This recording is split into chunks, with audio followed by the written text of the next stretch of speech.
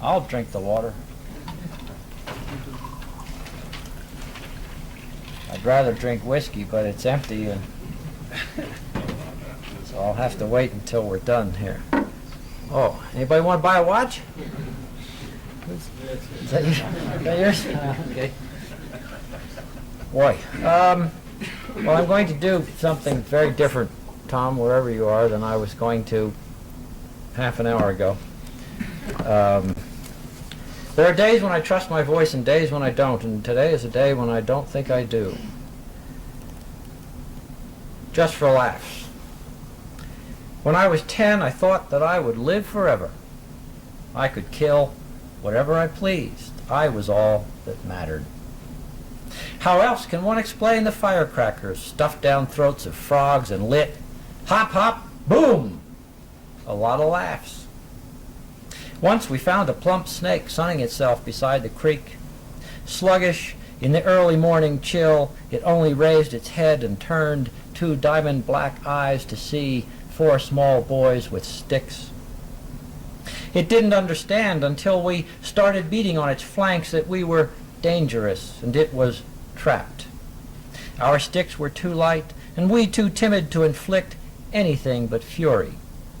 So we started throwing stones. Small gashes ripped that snake's fat, thrashing sides until it finally tired, though it couldn't run and wouldn't die. It only lay there heaving as the stones fell faster, till a miracle of birth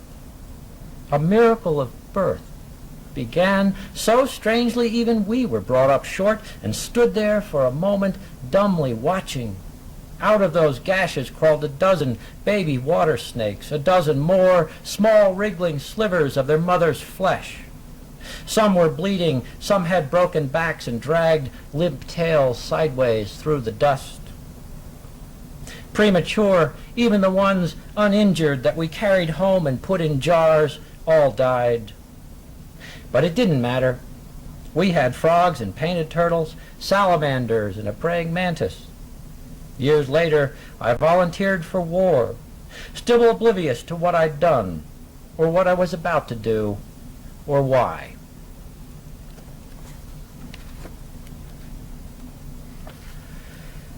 Some of you, I guess, have read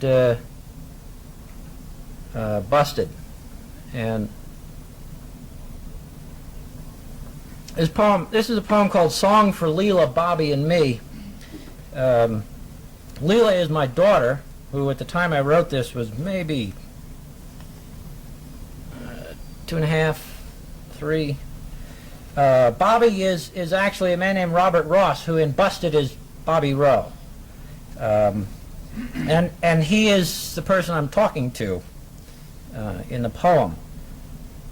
I actually had a lot of people, not a lot of people, but a few people have, after having read Busted, come to me with great concern and say, Bill, do those ghosts still come and talk to you like that? And well, they don't. They never did. But they're real, and they're part of my life every day. And in this poem, I'm talking to Bob Ross. Tam Key is a place in Vietnam. Utes is utilities, the green fighting uniform we used to wear. NVA is North Vietnamese Army, the regulars, as opposed to the Viet Cong guerrillas. Song for Leela, Bobby, and Me. The day you flew to Tam Key, I was green with envy. Not that lifeless, washed-out green of sun-bleached, dusty jungle utes. I was rice-shoot green, teenage green. This wasn't going to be just one more chicken-scratch guerrilla fight. Farmers, women, booby traps, and snipers. Dead Marines, and not a Viet Cong in sight. This was hardcore NVA, a regiment at least. But someone had to stay behind, man the bunker, plot artillery. I have friends who wonder why I can't just let the past lie where it lies, why I'm still so angry, as if there's something wrong with me, as if the life you might have lived were just a fiction, just a dream, as if those gold Nebraska dawns were just as promising without you, as if Nebraska soil can grow things just as well without you. Since you've been gone, they've taken boys like you and me and killed them in Grenada, Lebanon, the Persian Gulf, and Panama. And yet I'm told I'm living in the past. Maybe that's the trouble. We're a nation with no sense of history, no sense at all. I still have that photo of you standing by the bunker door, smiling shyly, rifle, helmet, cigarette, green uniform. You hadn't been there long enough to fade. Somewhere in an album I don't have to look at anymore. I already know you just keep getting younger. In the middle of this poem, my daughter woke up crying. I lay down beside her, softly singing. Soon she drifted back to sleep. But I kept singing anyway. I wanted you to hear.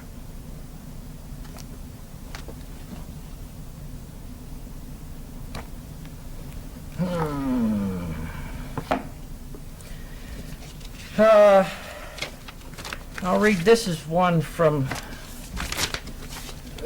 the trip that John and I took in 1985. John, I'm sure, will remember at least part of this poem well. It's called Sleeping with General Chi.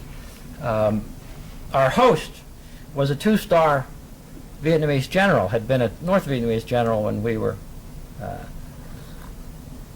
over there the first time, and turned out to be a wonderful and gracious host. And so here's his poem. Again, Tay Ninh is a place, it's a province, and also a city in Vietnam. Sleeping with General Chi. The old general wants me to sleep. He pats the bed and points to my shoes. His voice tells me this is a man accustomed to being obeyed. After the ride to Tay Ninh, in a sheet metal box with 2 flat tires, the red laterite dust in our lungs so thick you could hear it bubble. After the commissar's welcoming speech, so many wounded, so many homeless, so many dead, even the general falling asleep in his chair. I wanted to walk to the river, to sit in the shade and wash my lungs with the cool breath of a graceful land of buffalo boys and herons. But the guard at the gate spoke only Vietnamese, and I did not. Only a boy, he held his rifle at port arms and tried to smile. Years ago, in another life, I had killed young men like him, and they had tried to kill me. But not today. I'm tired of fighting. So I turn away and find the general under a fan in tropical heat. I want to explain what's happened, but the general wants me to sleep. I've never slept with a general before. Men don't sleep with their officers and don't take naps together in bed in the afternoon in my country. But this is not my country. The general pats my arm and dozes off, serene as any aging man, content to have his grandchild sleeping near. And I did. I just lay down beside the general and we took a nap. I mean, actually, sensible people take naps in the middle of the day when it's 110 degrees outside. It's only us Northern European white guys who think you have to be working all the time. Let me read another one from a later trip that I took in 1990. And this poem is set in Hue City, where I had fought when I was a kid. The city is divided by a river that flows east and west. It's called the River of Perfumes, and I make a reference in here to the river, and I also will say the phrase Tet Mao Tan, which I will mangle miserably. How does it sound in Vietnamese? And it means Tet in the Year of the Monkey, which was 1968. This is called The Distance We Travel. Well, see if I can trust my voice on this one. The strange American steps out of the night into the flickering light of candles and small fires and open stoves, cooking evening meals. Families and neighbors clustered together, moving like birds on the wings of words. Discreetly their eyes follow the man, bowls and chopsticks rising, pausing, gracefully rising, so subtle a gesture he wonders if he has imagined it. In silence he passes among them, nodding agreeably, nodding in wonder, nodding at what he remembers was here, wanting to gather the heart of this place into himself, to make it forgive him. He is sure the older faces remember. Why are you here? Who are you? Questions alive in thick summer air, a suggestion of posture. But he has no answers to give them. His explanation lies on his tongue, like a bird with a broken wing. Only the fact of the lives around him, only the need to be near. Two girls too young to remember are playing badminton without a net. They turn to look, then giggle and stop. One offers a racket and shuttlecock. In the dim street he begins to play. He marvels at his ineptitude, their simple delight with his laughter, how they have taken him into their game as if he were not a stranger. From out of the shadows a stool appears, a cool drink. The girl's mother gestures for him to sit. Unsure of himself, he takes from his wallet a photograph. "My daughter," he says, "Leela." He touches his heart with his open hand. He writes the name in Vietnamese. She touches the picture.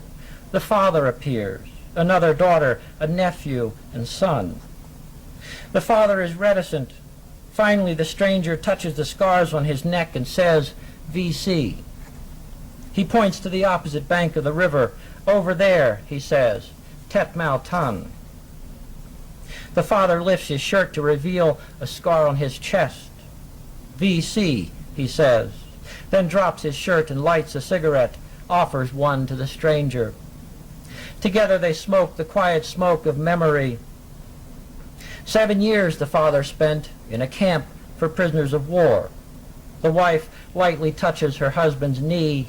Lightly his hand goes to hers.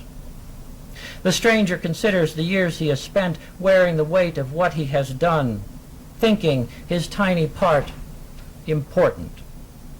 The father points to the gap-toothed bridge the VC dropped in the river, long repaired. The children are playing badminton again. The shuttlecock lands in the stranger's lap. "Leela," the father softly says, touching the stranger's heart with his open hand.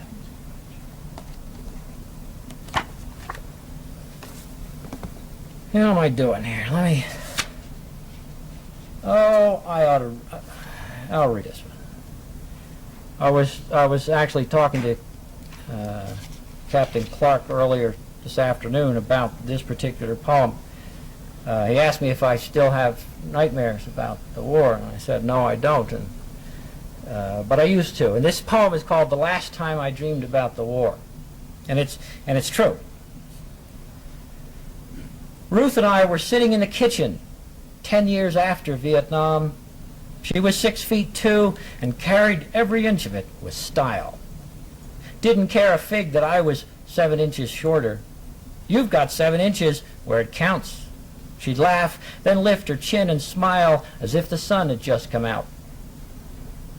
But she didn't want to hear about the war. I heard the sound of breaking glass coming from my bedroom, went to look. VC rats were jumping through the window. They looked like rats, but they were Viet Cong. Don't ask me how I knew. You don't forget what tried to kill you. I tried to tell her, but she wouldn't listen. "Now look, Ruth," I said so loud. The woman sleeping next to me woke up and did what Ruthie in my dream refused to do. She listened. She listened to me call the name of someone she had never heard of. Anger in my voice, my body wire. The woman I was sleeping with would be my wife, but wasn't yet. I was still a stranger with a stranger's secrets and a tattoo on my arm. She'd never known a man who'd fought in Vietnam, put naked women on the wall, smoked marijuana, drank whiskey straight. And here I was in bed with her, calling someone else's name in anger. She wanted to run, she told me later, but she didn't. She married me instead. Don't ask me why. I only know you never know what's going to save you, and I've never dreamed again about the war. Yesterday, Colonel Coxon, Captain Clark dragged me, much against my will, kicking and screaming, on a run out there at 7,000 miles above sea level. And so it seemed to me, given that experience, that this poem might be a nice one to end with. It's also something very different from what you've been hearing. It's called Jogging with the Philosopher. It's written for a friend of mine. His name is Joe Volpe. Actually, some of you may actually have met Joe. Jogging with the Philosopher. Descending into Valley Green is easy because it's all downhill. Gravity, a delightful invention. Thanks to Newton, I can take the time to notice squirrels, the grace of trees, the blessing of wind. Sometimes even a deer with spotted fawns. You can't beat that on a Sunday morning. We can even talk on the way down, though I have to admit that I do most of the talking. The philosopher isn't given to words. Once in a while he'll allude to Epictetus or the perfect wisdom of breaking the collarbones of graffiti artists, a solution without the tyranny of state-sanctioned death, but a lesson not to be quickly forgotten. Jogging along the creek is equally pleasant. The water sings swiftly here among the rocks, there pauses to reflect. The ducks in every weather unperturbed, as if they remember the soft scrunch of our feet on the gravel path, as if we were old and trusted companions. I could jog for miles beside the creek, and we do. The philosopher, taciturn, but not at all unfriendly. It's coming back out of the valley that always kills me. Gravity, that dirtbag Newton. And the hill nearly a mile long and practically vertical. I do it just to remind myself how truly miserable life can be. Halfway up, my lungs begin to burn like I've swallowed fire. My legs become like tree stumps, and my heart cries out, "Oh world! Oh madness! God! Oh God!" Right about then, the philosopher slowly but surely accelerates. I manage to gasp, "You bastard!" The philosopher only grins. Thank you.